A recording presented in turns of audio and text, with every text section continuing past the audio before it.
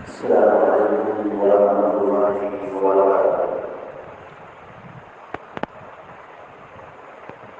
الحمد للہ رب العالمین والعاقبۃ للمتقین والصلاة والسلام علی اشرف الانبیاء والمرسلین نبینا محمد وعلی آلہ وصحبہ اجمعین وبعد۔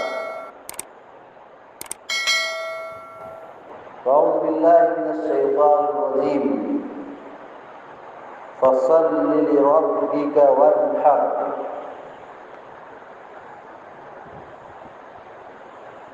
تیسویں پارے کی سورۃ الکوثر آیت نمبر 2 ابھی آپ کے سامنے تلاوت کی گئی ہے، جس میں اللہ رب العالمین نے قربانی کرنے کا حکم دیا ہے۔ قربانی کرنے کا اللہ رب العالمین نے حکم دیا ہے۔ فصل لربک وانحر، آپ اپنے رب کے لیے نماز پڑھیے اور اپنے رب کے لیے قربانی کیجیے۔ قربانی یہ ایک ضروری امر ہے۔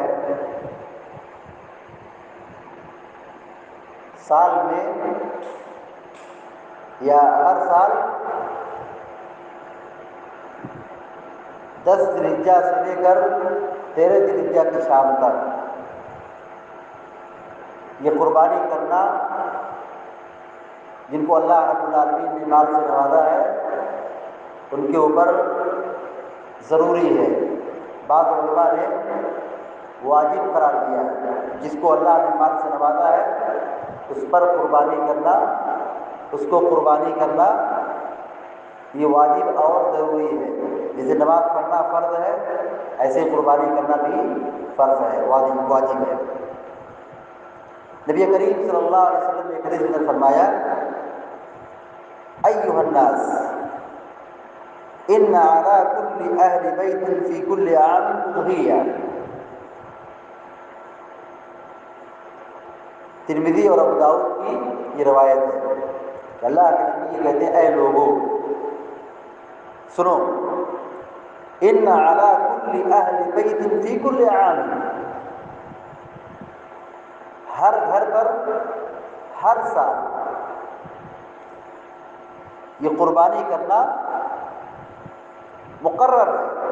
ان علی کل اہل بیت فی کل عام اضحیہ، دیکھو ہر سال ہر گھر پر ایک قربانی ہے، مقرر ہے، یعنی کرنا چاہیے، سنت مؤکدہ ہے، ضروری ہے، اور بعض علماء کے بقول یہ قربانی واجب اور ضروری ہے۔ نبی کریم صلی اللہ علیہ وسلم نے ایک بڑی سخت تاکید کی ہے کہ جس کو اللہ نے مال سے نوازا مگر وہ قربانی نہیں کر رہا ہے، ایسے شخص کی اللہ کے نبی علیہ السلام نے مذمت بیان کی ہے۔ کہا، من کان لہ سعۃ، جس کو وسعت ہو، مالی استطاعت ہو، فلم یضح، اور اس نے قربانی نہیں کی، فلا یقربن مصلانا، تو اسے چاہیے کہ ہماری عیدگاہ کے قریب نہ آئے۔ وہ آدمی جس کو مال ہے، جس کے پاس دولت ہے، جانور خرید سکتا ہے یا مشارکت میں قربانی کر سکتا ہے، لیکن اس کے باوجود بھی وہ قربانی نہیں کر رہا ہے، نبی کریم صلی اللہ علیہ وسلم یہ کہہ رہے ہیں کہ اسے چاہیے کہ ہماری عیدگاہ کے قریب نہ آئے۔ ان تمام روایات سے، دلائل سے یہ بات ثابت ہوتی ہے کہ قربانی ایک ضروری چیز ہے، قربانی کرنا چاہیے۔ اللہ رب العالمین نے حکم دیا ہے کہ قربانی کرو، لیکن افسوس کی بات ہے کہ بہت سارے مسلمان قربانی کی طاقت رکھنے کے باوجود بھی قربانی نہیں کرتے، اور کیا وجہ پیش کرتے ہیں؟ ہمارے پاس دولت کہاں ہے، ہمارے پاس مال کہاں ہے، جبکہ حقیقت میں ان کے پاس مال ہے۔ ان کے ہاتھوں میں دیکھا جائے 20,000 کا موبائل، 10,000 موبائل، اور ایک گھر میں ایک موبائل نہیں، چار موبائل۔ موبائل اگر خریدنا ہو، موبائل خراب ہو جائے، نیا خریدنا ہو تو جب بگڑے گا، جب خراب ہوگا، فوراً پیسہ آ جائے گا۔